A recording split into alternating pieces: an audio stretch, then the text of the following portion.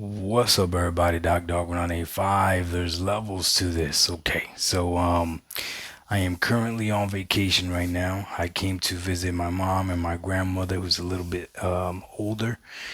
And as soon as I landed off the plane, I saw a snippet of the news, but I was excited to see my mom and my grandma, right? So I wasn't paying attention to all of that.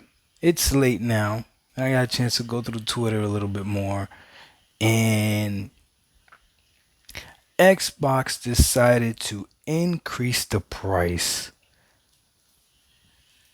of Game Pass.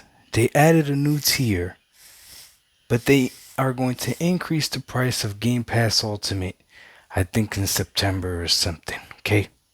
Now, if this is a rumor or this is not real, please let me know. But from the things that I saw, it looked like it was real. I don't think it was anything official from Xbox, but let me know. Maybe I'm tripping, right? Regardless, this is the first thing that came to my mind because I'm going to be honest with you, right? Why? What are you giving me to justify this price hike? Cuz you haven't even added any of the Activision Blizzard deal games or anything like that yet. So why are you raising this price? Now,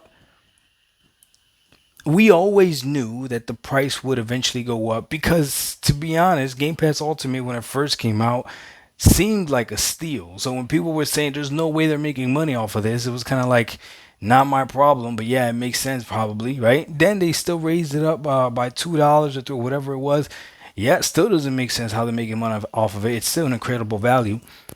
At $20 a month, right now, currently what Game Pass has right now for a subscription service, $20 a month feels right? It feels like, okay, how much do you pay? I pay $20 a month for what? So that I could play all these games, blah blah blah. Here's the deal, though, right? Assassin's Creed Odyssey is a good example. When I'm playing a game like Assassin's Creed Odyssey, and it takes me about a month and a half to 2 months to beat, right?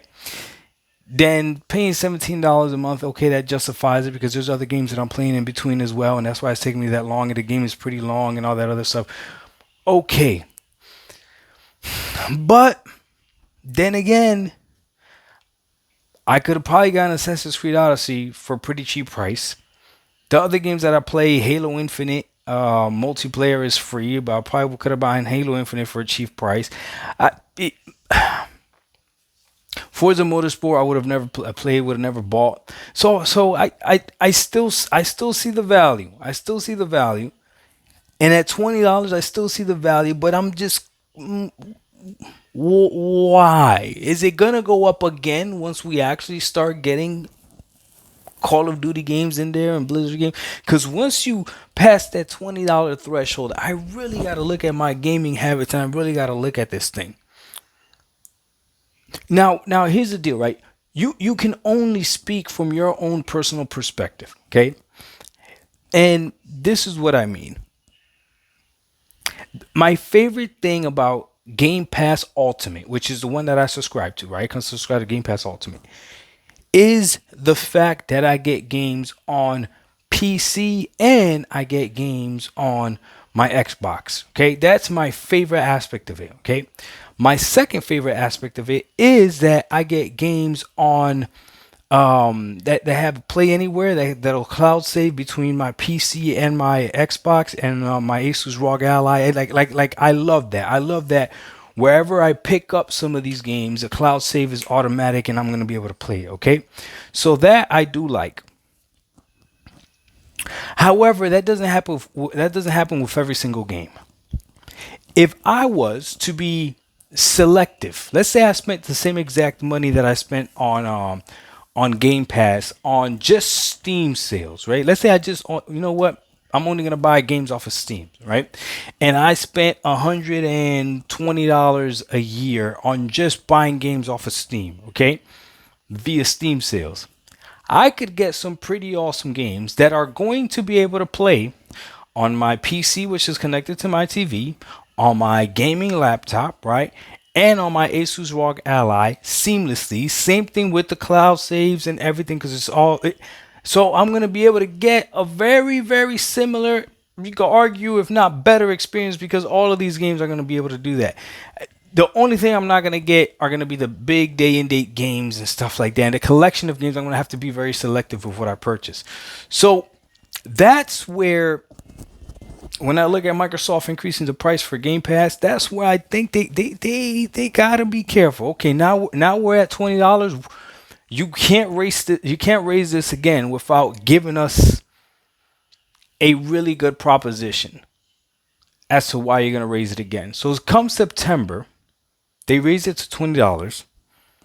Again, right now I can justify the price. I can still see the value in it. Okay, but after that, it becomes very, very iffy.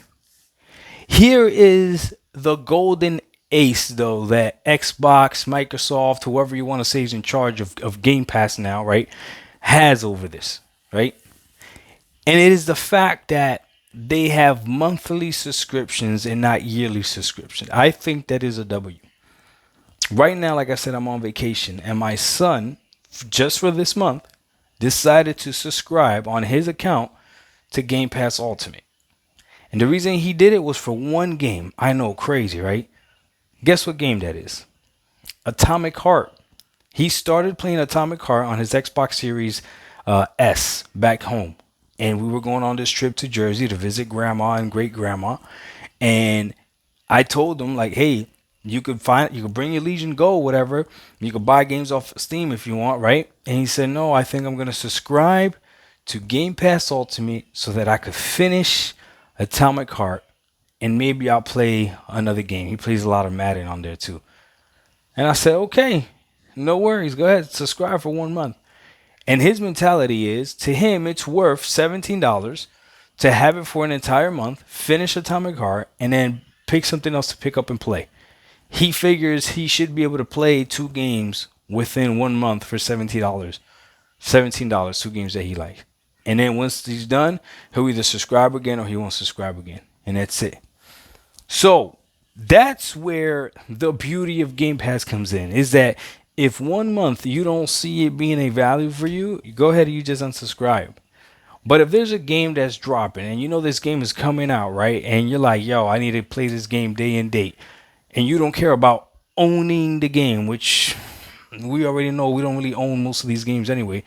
Then by all means, go ahead and subscribe for just that month and go from there. I'm from the mentality of I'm subscribing and I'm subscribing for mostly for the long haul. Like I don't view every single month and see like should I unsubscribe this month? No, because some games bleed over to the next month, right? Like Forza Motorsport, that game is taking me a long time to play. I got a lot of hours in Forza Motorsport, right? So that game, I would argue, Game Pass wise, I probably, if I would have bought it when it came out for, was it $60 or 70, whatever, I think it was $60. I mean, I probably have spent more money on that game if I was just playing that game with Game Pass Ultimate. But obviously, that's not just what I've been playing. I've been playing a lot of other stuff too. Like I said, the Assassin's Creed. I'm playing Assassin's Creed Origins right now, even though I really didn't want to replay that game. Jason Pertillo knows what's up. He knows why I uninstalled it. But I reinstalled it again, Jason. I'm going to give it another shot. I'll make a video about that later. I beat Assassin's Creed Odyssey, which I really enjoyed that game. I just hated how the enemy scaled and all that other stuff. But regardless, though, this is all because of Game Pass Ultimate. And I don't care about owning these games. Right? Like to me, it doesn't, I don't really care. So we will see. Right now, $20 a month. Okay. And this is coming in September. Okay, you good. You good. But what happens when you actually start putting the Activision Blizzard duty games and the freaking all the Crash Bandicoot games and all that backlog? When you start putting way more games into this, what happens? Does Xbox see a future where they think they're going to be charging $30 a month? Because that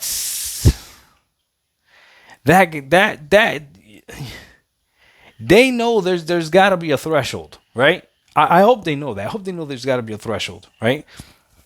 And then individually, you have to pick what your threshold is. What's my threshold? $20 might be my threshold. This might be it.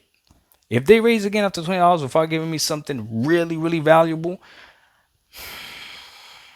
and I love Game Pass, but I love money more. I love being a responsible freaking parent more. I love being able to take care of my family a lot more. A lot. There's nothing brings me more joy than coming home and knowing that there's food on the table, knowing that there's a roof over all my people's heads and they can sleep comfortably. That I don't gotta worry. I remember growing up having to worry what the thermostat was on, bro. My house, but you put what you cold, turn it up. You hot, turn whatever. We got it. Thank you, Lord Jesus Christ. We got it.